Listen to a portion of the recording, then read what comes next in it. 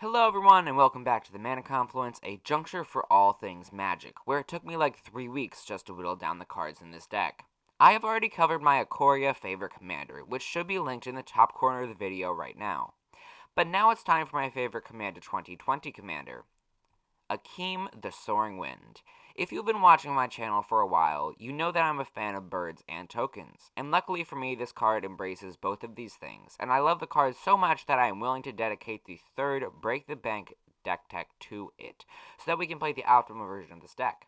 And yes, I know that Break the Bank is a Commander's Quarters series, and I honestly didn't even know that when I made the first installment of this series. So, sorry Mitch, let's get into it.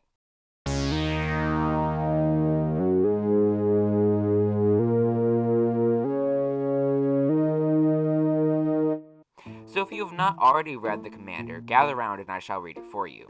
Akim the Soaring Wind is a bird dinosaur. It also costs 2 in Jeskai for a 3/4 with flying. It reads, whenever you create one or more tokens for the first time each turn, create a 1/1 bird creature token with flying. It also reads 6 mana, creature tokens you control gain double strike until the end of turn. This overall may not be the biggest or best token commander, but in Jeskai it definitely is the most unique. So what do we want to do in this deck? We want to go as wide as possible and make all of our tokens have double strike so we can swing in and win with some big tokens. Additionally, consistent token production is incredibly powerful in this deck, as it allows us to make sure that we hit our birds every single turn to go as wide as possible. This is why Smothering Tithe is incredibly powerful in this deck. It gives us a bird on each opponent's turn as long as that opponent doesn't pay for our tithe. Using Smothering Tithe and similar effects that can make tokens during each opponent's turn like Fairy Artisan, Luminarch Ascension, or a mana sink like Heliod, God of the Sun, these cards will maximize bird production during opponents' turns and thus are some of the most synergistic cards in the deck, but definitely not the only ones that make tokens, which is where we are starting. Welcome to the token section! Here we are going to cover cards that make tokens consistently. We start with Brutaclad, Telcor Engineer, because this card triggers creating a token every turn. Additionally, we can make all of our tokens a copy of something large like a copy of a token made from our next friend, Dragon Master Outcast, who can make some 5/5s. This card with Brutaclad can make a lot of 1/1s into 5/5s and potentially win the game. Dockside Extortionist was no doubt the best card of Commander 2019 and it's still making waves. This card can give us a lot of tokens on entry, ramp us, and give us birds late game while allowing to activate the double strike ability. Felden of the Third Path is a very synergistic card in this deck with some of our other cards like Reefworm or Skyline Home Depot, whom both have enter the battlefield or die triggers. If these are not the creatures we bring back, we can still bring back something that is very powerful and can make a difference in the game with Felden. Next up is God Eternal Oketra, who is one of the most powerful token creators in the game. When Amir Garrison attacks, we can make some more tokens and another bird. Kaikar, Wind's Fury, is also going to be absolutely incredible in this deck, as including our commander, we only play 21 creatures in the entire deck. This means that as we play our deck, we will make a whole lot of spirits, which we can use as ramp, or we can use as attackers late in the game. And this card is very similar to another card we have called Monastery Mentor. Loyal Apprentice is more redundancy for the deck, which mind you is very important in Commander. This card will once again help us go wide so that we can get more value out of our commander's somewhat overpriced double strike ability. The last creature that we are playing in this deck that makes tokens is the Locust God, an incredibly powerful creature that can change the game. So that wraps up the token producing creatures, but because we aren't playing that many creatures, we also need to play something else, like Planeswalkers. We run Ajani Strength of the Pride as life gain, a board wipe, and most of all, I bet you can guess it, token production. Dovin Grand Arbiter not only makes tokens, but with as wide as we can get in this deck, it is almost certain that we can ultimate this Planeswalker because we are going to have so many birds. Our next Planeswalker on this list is Elspeth Terrell, because it once more is a Planeswalker with life gain, token production, and a board wipe that leaves our tokens around. This Planeswalker allows us to be able to take a hit without dying and then attack. Elspeth Knight Errant is also a great token producer, and we can protect our board if and when we hit the ultimate. Elspeth, Sun's Champion, is also incredibly powerful and yet another board wipe built into a Planeswalker. That +1 is incredible. Gideon, Ally of Zendikar, is another continuous token producer and one of our first cards to boost creatures, which makes Double Strike more valuable.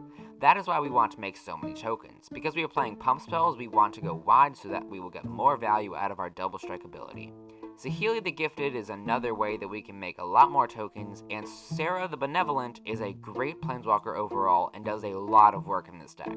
She can create 4/4 angels, which may I add are great with Double Strike, but she also gives an absolutely vital +1/+1 boost to all of our flyers, so our birds. And can we take a second to appreciate how easy it is to ultimate this thing? It's great, especially in a token deck.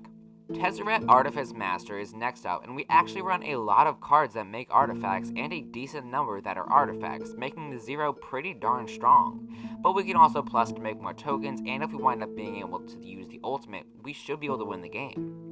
This brings us to our sorcery token producers: Clone Legion, Finale of Glory, and our game-winning card, Descent of Dragons, which is going to go crazy with a whole bunch of silly little birds. These are pretty simple cards that all make tokens that can be incredibly powerful, especially with Double Strike. Now on to our artifacts. Helm of the Host is going to make copies of our commanders so that we make even more birds! Sorry, I got a little bit carried away. Idol of Oblivion is a card draw engine and can also pump out a token late game.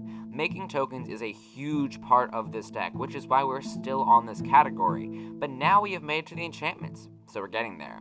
Kiora Bessa Sea God. Again, this is the third deck that I have put this card into recently. It actually seems pretty good, even though it's a 7 mana blue enchantment. And when we do make these tokens, Anointed Procession is there to steal our wallet and run away with it all the way to the Legion's Landing. Was that smooth? I have no idea, but we do play this card in the deck as it is ramp, and if we're making tokens, why not capitalize with Divine Visitation? The last token producing card that is not a land is Shark Typhoon, because of the aforementioned ability to play non-creature stuff in this deck.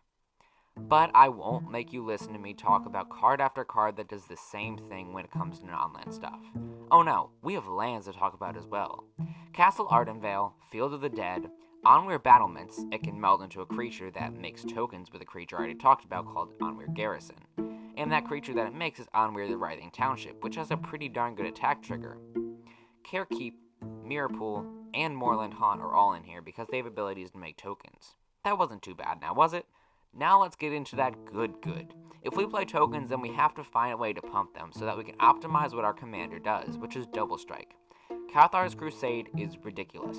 It's just crazy. We're going to be making so many tokens that every turn our creatures can easily get huge numbers of counters on them. Dictate of Heliod can straight up win the game out of nowhere. Intangible Virtue is intense value, and Jeskai Ascendancy is incredible value in this brew.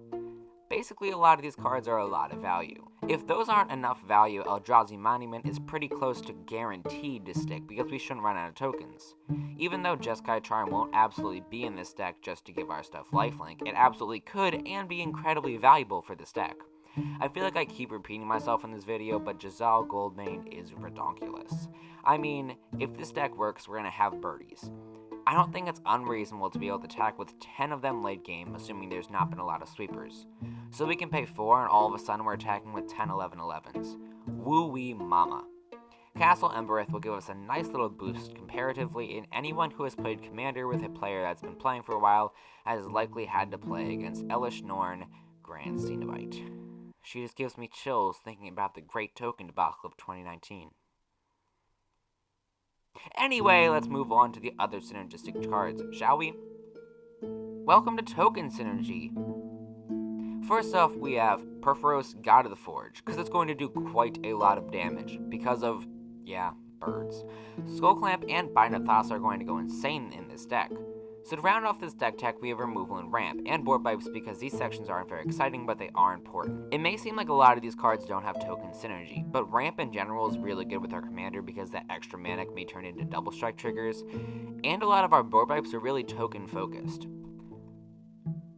Firstly, Ramp, we have Arcane Signet, Azorius Signet, Boros Signet, Chromatic Lantern, Izzet Signet, and Soul Ring. They are all very efficient ramp that again will help us activate our commander's ability. In Board Wipes, we have Blasphemous Act, Cyclonic Rift, and Hour of Reckoning, because they're Board Wipes and they synergize with our tokens incredibly.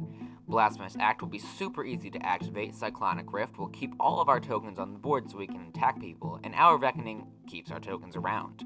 Finally, We have Chaos Warp, Fierce Guardianship, Path to Exile, Reality Shift, Swords of Plowshares, and Teferi's Protection. These cards are in here to deal with all the problematic permanents our opponents have, and to win the game. This leads us to the end of this video. This is a very fun Jeskai token deck, and I hope you guys enjoyed the video. If you made it to this point in the video, I would love it if you checked out some other videos on the channel and maybe subscribe, because at 100 subs I'm going to do my biggest and may I add the highest quality collection opening video yet. If you already subscribed, I want to thank you so much for subscribing and let you know that I have so many ideas and can't wait to make them for you guys. Thank you guys so much for watching and have a great day.